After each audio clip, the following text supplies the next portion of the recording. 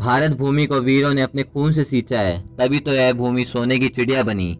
महान गुरु चाणक्य ने अपने परम शिष्य चंद्रगुप्त को मगध साम्राज्य का महाराजाधिराज बनवाकर संपूर्ण भारत खंड को अखंड भारत बनवाया। वही चंद्रगुप्त जैसे वीर की वीरता से भारत भूमि ने अखंड विस्तार किया। मौर्य शासकों के काल में भारत अपनी बुलंदियों पर पहुंचा। इनके बाद के शासकों से होते हुए यह सत्ता सम्राट अशोक के हाथों में आई।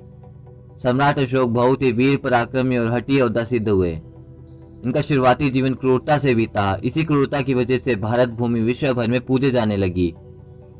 भारत का व्यापार, धर्म और समृद्धि अपने उत्कर्ष पर पहुंचने लगी। पर इतने महान और कुशल योद्धा सम्राट अशोक ने कलिंग के उस महाविनाशी युद्ध के बाद बौद्ध धर्म अपना लिया और शांति के मार्ग पर बौद्ध धर्म के प्रचार की ओर बढ़ने लगे। पर शांति से शासन को मजबूती नहीं दी जा सकती। सम्राट अशोक और उनके बाद के शासकों के बौद्ध प्रचार से भारतीय धर्म खतरे में आने लग गया। लोग राजाओं के डर से बौद्ध धर्म अपनाने लग गए। भारत की हजारों सालों की जमाई हुई सनातन धर्म व्यवस्था मिटने लगी। वहीं दूसरी तरफ उस जमाने का महान मौर्य साम्राज्य सनातन धर्म से अलग होने के कारण टुकड़ों टुकड़ों में बंटना शुरू हो गया, क्योंकि क्षत्रिय राजाओं ने बौद्ध राजा की अधीनता स्वीकार करने से मना कर दिया। वहीं एक तरफ दूर देशों के राजाओं ने सनातन धर्म त्याग कर बौद्ध धर्म की शांति की राह को चुनना स्वीकार कर लिया। क्षत्रिय अब तलवारों को छोड़कर केसरिया वस्त्रों में भिक्षुओं के रूप में शांति के गीत गाने लग गए।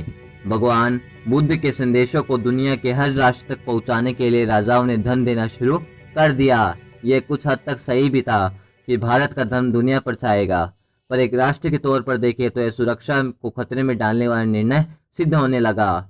कमजोर हो चुके मगध साम्राज्य के सम्राट वृद्धरथ की शांति की राहों पर चलने के चलते विदेशी एवं यूनानी डिमेट्रियस ने मौका पाकर लगातार भारत के सिंध पर हमले करने शुरू कर दिए। इन भयंकर हमलों का जवाब देना बौद्ध शासकों के लिए भारी पड़ रहा था। मौर्य साम्राज्य चारों तरफ से गिर चुका था। विदेशियों की नजरें भारत की अकूत अपार दौलत पर थी, जिसे बचाने के लिए भारत को अब एक वीर पराक्रमी महावीर की जरूरत महसूस होने लगी। ऐसे वीर योद्धा की जो वैदिक धर्म की स्थापना करे और शांति को छोड़ तलवार को स्वीकारते हुए युद्ध का शंखनाद करे। ऐसे योद्धा की जो अपने धर्म, धन और समाज की रक्षा करे। और इसी के साथ एक वीर बाहुबली योद्धा का जन्म हुआ, जिसने शांति से पहले तलवार को चुना, जिसने धर्म से पहले स्वाभिमान को चुना। वैदिक धर्म का पतन होते देख उसकी नसों में लहू उफान मार रहा था। मगध के साम्राज्य की ईंटें हिलाकर रख देने की कुवत रखने वाले उस पराक्रमी योद्धा का नाम था सम्राट पुष्यमित्र शुंग। पुष्यमित्र शुंग के बारे में मैं आपको कुछ बता देता हूँ। पुष्यमित्र ने मगध के सम्राट को मारकर खुद मगध के सम्राट बनकर ब्राह्मण वंश की नींव रखी। बौद्ध धर्म के कट्टर दुश्मन पुष्यमित्र ने 84,000 बौद्ध मंदिरों को तोड़ डाला। पश्चिमी देशों की सेनाओं का वजूद हिलाकर रख दिया। वैदिक धर्म के उत्थान के लिए क्षत्रियों को सत्ता पर काबिज करवाया। जब भारतीय विदेशी आक्रमण की आंधी में जल रहा था, तब ये एकमात्र योद्धा बनकर उठे। आइए देखते हैं लर्ण जी के तेजी के साथ इतिहास के इस अनसुने पन्ने की पूरी दास्तां। इस वीडियो को लाइक जरूर करें। चलिए शुरू करते हैं। पुष्यमित्र शुंग का जन्म ईसा के जन्म से 184 साल पहले हुआ था। पुष्यमित्र शुंग के जन्म के समय मगध साम्राज्य पर सम्राट वृद्धरथ का राज्य था। सम्राट वृद्धरथ बौद्ध धर्म अपना चुके थे, जो मात्र शांति चाहते थे। इन्हीं सम्राट वृद्धरथ की सेना के सेनापति थे पुष्यमित्र शुंग, जो कि पूर्ण रूप से एक योद्धा थे, जो मात्र अपने स्वाभिमान के लिए जीते थे। और इसी के साथ उधर भारत के सिंध की तरफ विदेशी ग्रीक डिमेट्रियस की सेनाओं ने सिंध के स्थानीय बौद्ध भिक्षुओं को अपने साथ मिला लिया। उन्होंने बौद्ध भिक्षुओं को अपनी बातों में उलझाकर कहा कि तुमने अगर हमारा साथ दिया तो हमारे राजा बौद्ध धर्म अपना लेंगे। इन्हीं बातों में उलझाकर विदेशी एवं सैनिक वृद्धरथ की सेना की तैयारियां देखने के लिए भिक्षुओं के बेस में बौद्धों के साथ रहने लगे। अब डिमेट्रियस द्वारा भारत विजय की तैयारियां शुरू हो गई। बौद्ध भिक्षु ग्रीक सैनिकों को भिक्षुओं के वेश में अपने मठों में पनाह देने लगे, पर यह बहरूपिया ग्रीक भिक्षु अपने साथ हथियार भी छुपाने लग गए। इसी बात के समाचार पहुंचे मगध के सम्राट वृद्धरथ के पास, पर उन्होंने इस बात को वक्त पर छोड़ दिया और कहा कि वक्त आने पर जवाब दिया जाएगा। इस पर सेनापति पुष्यमित्र शुंग गुस्से से लाल होने लगे। उन्होंने क्रोध भरे स्वरों में कहा, हे राजन, आज्ञा दे, अभी इन बौद्धों की बस्तियों को उजाड़ दूं। इनका इतना दुस्साहस कैसे हो सकता है कि ये हमें ललकार दे सके। आज्ञा दे, जिसने मगध साम्राज्य से विश्वासघात किया उसकी नस्लें मिटा दी जाए, पर वृहदत्त ने ऐसा करने से पुष्यमित्र को मना कर दिया। इस बार पुष्यमित्र शुंग कई वर्षों से वैदिक धर्म के अपमान की अपने अंदर चल रही ज्वाला को पेश करते हुए कहा कि मगध की सेना मगध के सेनापति के पीछे है, किसी सम्राट के पीछे नहीं। मैं बौद्धों के शिविरों में छुपे विदेशी ग्रीक पर हमला करूंगा और जरूर करूंगा, भले ही मुझे मगध के सम्राट के विपरीत क्यों न जाना पड़े। इस बार सम्राट के आदेश के विरुद्ध पुष्यमित्र ने सेना तैयार की और निकल पड़े सिंध की तरफ। सिंध के बौद्धों के शिविर पर पुष्यमित्र का यह पहला हमला था, जो अत्यंत क्रूर सिद्ध हुआ। भिक्षु के रूप में छुपे 300 ग्रीक सिपाहियों को पुष्यमित्र के सामने जंजीरों में जकड़कर लाया गया, तो एक एक ग्रीक सैनिक की गर्दन धड़ से अलग कर दी गई और सभी बौद्ध भिक्षु को कैद करके मगध के सम्राट के सामने पेश किया गया। यही पुष्यमित्र मगध के सम्राट को तलवार सौंपते हुए कहा, हे राजन, अपने क्षत्रिय धर्म का पालन करो। पर शांति के दूत वृहदत्त पुष्यमित्र पर उनका आदेश न मानने के कारण पहले से ही नाराज थे। उन्होंने पुष्यमित्र को अपनी सभाओं से निष्कासित कर दिया। यहीं से पुष्यमित्र के क्रोध की ज्वाला फूट पड़ी। यहीं से पुष्यमित्र अपनी जनेऊ उतार कर तलवार को अपना साथी चुन चुके थे। एक दिन वृहदत्त अपनी सेना के साथ थे, तभी पुष्यमित्र अपनी सेना के साथ वहां पहुंच गए और दोनों के बीच भारी बहस छिड़ गई।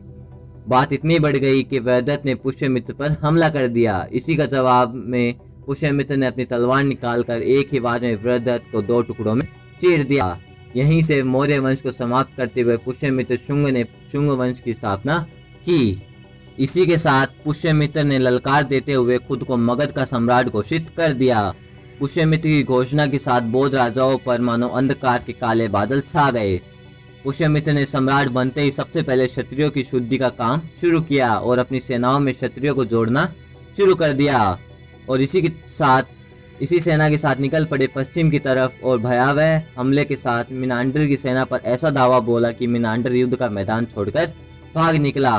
फिर पुष्यमित्र की सेनाओं ने उनका सिंधु नदी तक पीछा किया। यहीं से सालों से शांति के धुन में जी रही मगध की सेनाओं को फिर से नया जोश मिला।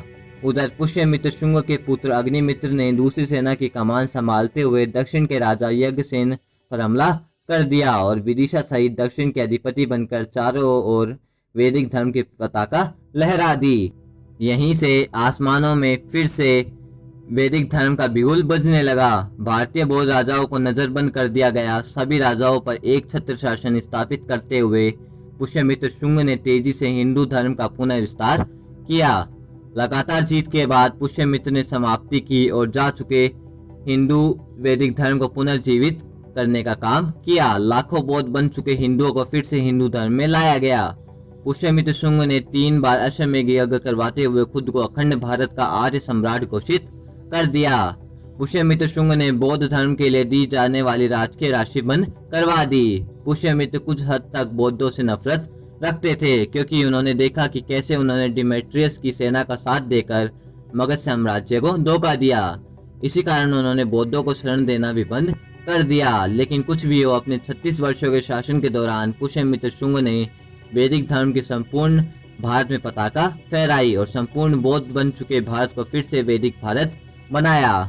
हालांकि कई इतिहासकारों का मानना है कि पुष्यमित्र शुंग बौद्धों के कट्टर दुश्मन थे। उन्होंने 84,000 बौद्ध स्तूपों को तुड़वाया। उन्होंने प्रत्येक बौद्ध के गर्दन के बदले 100 स्वर्ण मुद्राएं देने का फरमान जारी किया। उन्होंने अपने राज्य में बौद्धों को प्रवेश पर पाबंदी तक लगवा दी और हजारों बौद्धों को मरवा दिया। इसी का जवाब देते हुए इतिहासकार डॉक्टर राय चौधरी लिखते हैं कि पुष्यमित्र शुंग बौद्धों के कट्टर दुश्मन नहीं थे, वे मात्र सुस्त पड़ चुकी भारतीय सत्ता को जगाने आए थे। उनके दरबार में भगवती कौशिकी नामक एक बौद्ध नन भी रहती थी। डॉक्टर जॉन मार्शल ने भी यही लिखा कि पुष्यमित्र शुंग ने मात्र सुस्त पड़ चुके बौद्ध राज्य के ऊपर हमला किया, न कि संपूर्ण बौद्धों पर। वीडियो कैसा लगा बताइए कमेंट करके। वीडियो को लाइक जरूर करिए और अपने दोस्तों के साथ शेयर करना ना